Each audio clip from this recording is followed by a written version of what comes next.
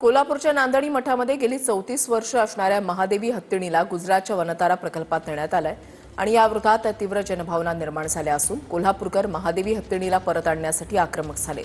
तर या प्रकरणी वनताराने देखील स्पष्टीकरण दिलंय। महादेवी हत्तीणीची पुन्हा कोल्हापूरला रवानगी करण्याचे संकेत वनताराने दिलेत आणि यासाठी अधिकृत वन्यजीव खात्यानं आणि जैन मठानं न्यायालयामध्ये कायदेशीर याचिका दाखल केली पाहिजे।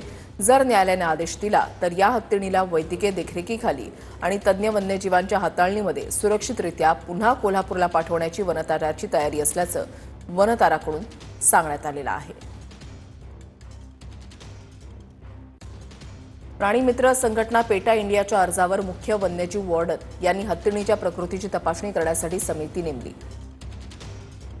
हत्तीणीवर उपचार करण्यासाठी आवश्यक वैद्यकीय सोयी सुविधा असलेल्या ठिकाणी पुनर्वसन करण्याची समितीची शिफारस 16 जुलै 2025 रोजी मुंबई उच्च न्यायालयाने ही शिफारस स्वीकारली। शिफारस स्वीकारल्यानंतर वनतारामध्ये 2 आठवड्यात हलवण्याचा आदेश दिला। मुंबई उच्च न्यायालयाच्या आदेशाच्या विरुद्ध जैन मठानं सर्वोच्च न्यायालयामध्ये अपील केलं। 29 जुलै 2025 रोजी सर्वोच्च न्यायालयाच्या 2 सदस्य पीठानं ही रीट याचिका फेटाळली। महादेवी हत्तीणीला धार्मिक प्रथांच्या ऐवजी सन्मानपूर्वक आयुष्य जगण्याचा हक्क आहे, यावर भर देत वनतारामध्ये स्थलांतर करण्यावर शिक्कामोर्तब केलं। हत्तीणीची नाजूक तब्येत, मानसिक अवस्था सुधारणं या गोष्टी न्यायालयानं विचारात घेतल्या। महादेवी वनतारामध्ये 30 जुलैला आल्यापासून विशेष पशुवैद्यकीय उपचाराखाली ठेवण्यात आली। महादेवी हत्तीणीवर सांधेदुखीचा उपचार सुरू आहे। एक्स-रे आणि अल्ट्रासाउंड यासह रेडिओलॉजिकल रोगनिदान, साखळदंड विरहित आणि चांगली राहण्याची व्यवस्था करण्यात आली आहे।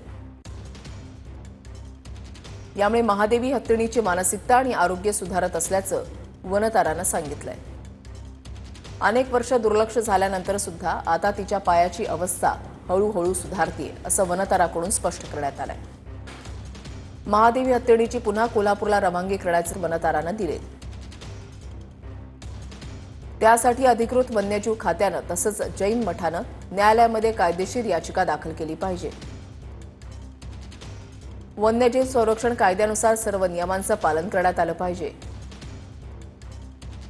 न्यायालयानं आदेश दिल्यास वैद्यकीय देखरेखीखाली पाठवण्याची तयारी।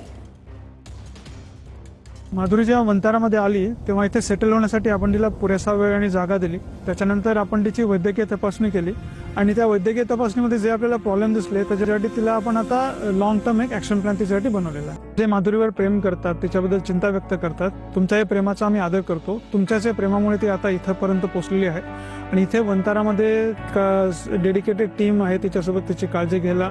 आम्ही माधुरीच्या विशिष्ट पोषण गरजा लक्षात ठेवून एक तिच्यासाठी वैयक्तिक पोषण आहार योजना तयार केली आहे, जे की तिचं आरोग्य सुधारण्यास मदत करेल।